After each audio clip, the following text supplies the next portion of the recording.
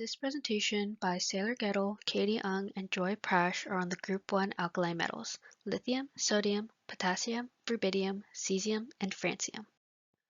Property trends that increase down the group. Atomic radius depends on two things: the attraction that outer electrons feel by the nucleus, which is constant for all group 1 elements since the number of protons is offset by the number of inner electrons, and 2, the number of layers of inner electrons around the nucleus, so having more orbitals increases the radius. Density is also dependent on two things: 1, the mass of each atom, and 2, how many of those atoms can be packed in a given volume. Where the radius increases, the volume they take up also increases. For example, in a given volume, less sodium atoms can be packed than lithium atoms, but with more orbitals, the mass increases, so a given number of sodium atoms will weigh more than the same number of lithium atoms. The exception with potassium is that the volume increases greatly due to having a d orbital that sodium does not have, which outweighs its increase in mass, making it less dense than sodium. As for the softness, each of the alkali metals can be cut with a knife. Shown by the picture of each element on the right, they go from solids to just a liquid. The softness is due to only having one valence electron, so their metallic bonding is weak. The reactivity with oxygen, the speed of oxidation increases. The reactivity with water, the reaction becomes more aggressive. Which, fun fact, alkali metals have to be stored in airtight containers filled with mineral oil and/or an inert gas. For example, if potassium is stored in mineral oil and then exposed to oxygen, a superoxide can form and react with the mineral oil to create an explosive. About francium, it is not included in these trends because it's very rare, highly radioactive, and has an extremely short half-life, which means it's incredibly difficult to study. Property trends that decrease down the group. The first ionization energy is the energy required to remove a valence or outer electron from an atom. It's affected by the nuclear charge, shielding by inner electrons, and the distance between the nucleus and outer electrons. The increase in nuclear charge is cancelled out by the increase in shielding by inner electrons, so only the distance matters. Since atomic radius increases down the group, the distance between the nucleus and the valence electrons increase and become easier to remove. Therefore, the ionization energy decreases. Electronegativity is the tendency of an atom to attract a bonding pair of electrons. Based on the Pauling scale, where the most electronegative element is fluorine, as you move away from fluorine on the periodic table, the elements become less electronegative. The melting and boiling points follow a similar principle to the ionization energy. The melting point is when the metallic bond is weakened enough for the atoms to move more freely, and the boiling point is when the metallic bond is completely broken. This trend reflects the decrease in metallic bond strength, which is dictated by the attraction between the nuclei and electrons of the whole mass, so as atomic radius increases, the distance between them increases, as stated before, which thus decreases the attraction. The alkali metals tend to donate an electron, especially to halogens like chlorine, bromine, and iodine, and when they're oxidized, they'll form cations with a +1 charge. They are also known to be highly reactive in water and air. They have only one valence electron, which means that they're easily oxidized in the presence of an oxidizing agent, like oxygen gas or water. And both of these reactions release a large amount of heat in a short period of time, which is what makes them potentially explosive. The alkali metals are also important in organic synthesis. An example is butyl lithium, which is a strong base that can readily replace hydrogen on organic compounds. And it can also be used, as seen here in the bottom example, as an initiator for polymerization. In this case, styrene is polymerized into polystyrene, which has important applications for industrial use. Another example is cesium carbonate, which is a strong base catalyst, as I've depicted in the top example.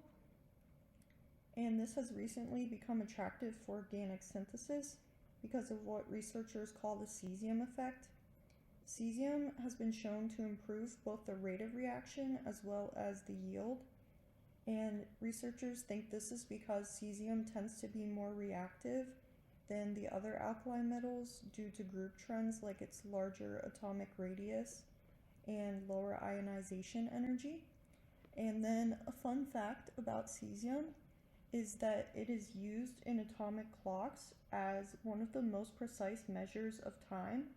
and this is due to its vibrational frequency. Hydrogen is grouped with the alkali metals, but the reactions that it's involved in are quite different. For example, it plays a big role in acid-base chemistry. The exchange of hydrogen cations determines the acidity or basicity of a solution. To make a base, hydrogen is removed, and to make an acid, hydrogen is added.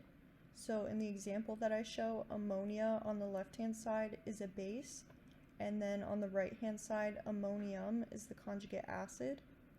And then hydrogen can also act as an anion in the form of a hydride, and common hydrides are sodium borohydride or lithium aluminum hydride, which act as reducing agents in organic synthesis. In the example that I show here, sodium borohydride reduces an aldehyde into an alcohol.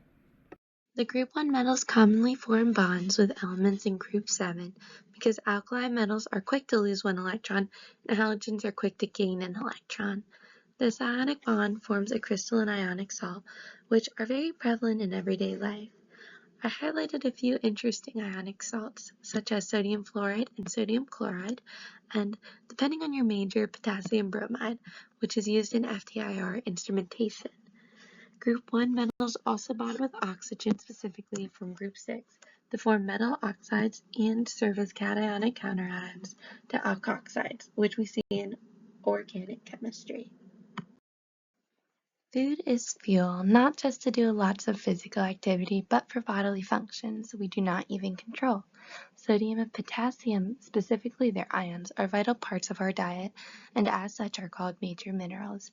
They are involved in important functions such as sending nerve impulses through the body, keeping our cells hydrated, and keeping a steady heartbeat, to list a few. There are consequences, though, to having too much or too little of each mineral, which might include high blood pressure or muscle malfunction. Many students learn about the sodium-potassium pump in Bio 1, and for good reason. This cell membrane enzyme pumps 3 sodium ions outside of the cell and 2 potassium ions inside the cell to create an electrochemical gradient, which means that the charges inside and outside the cell are not in equilibrium. This gradient is important for physiological functions because a cell signal can be transmitted along the gradient. Cell signals are transmitted in neuron action potential firing, which allows for communication between the nerve cells. Cell signal transmission is also needed in the kidneys for filtering waste products in the blood, maintaining pH, reabsorbing amino acids and glucose, and many more. Just like humans, plants also need potassium in their diet. Up to 98% of potassium in soil is unavailable to plants in its mineral form, so fertilizers are widely employed because they have potash or potassium oxide for plants to easily absorb potassium ion. Potassium was found to be crucial in so many plant growth functions and factors. It is used to activate more than 60 plant enzymes, it contributes to root growth, and it controls water movement and solute transport throughout the plant. There are so many ways potassium is critical to plant growth that are not included here, but ultimately potassium is integral to large-scale farming.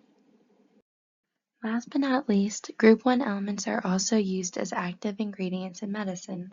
For a while, lithium has been used in mood-stabilizing medicines that treat bipolar I disorder, mania, and major depressive disorder. Its functionality is not completely explored, but it is known to affect neurotransmitter metabolism and transmission. Sodium is also used in some over-the-counter antacid tablets to help with stomach acid, heartburn, and indigestion.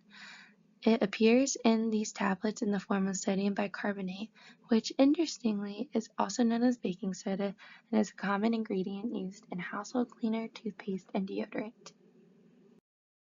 This concludes our presentation on the Group 1 alkali metals.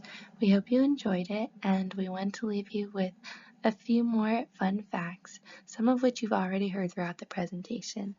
The fun fact that I want to share with you is that francium is one of the most expensive elements in the world.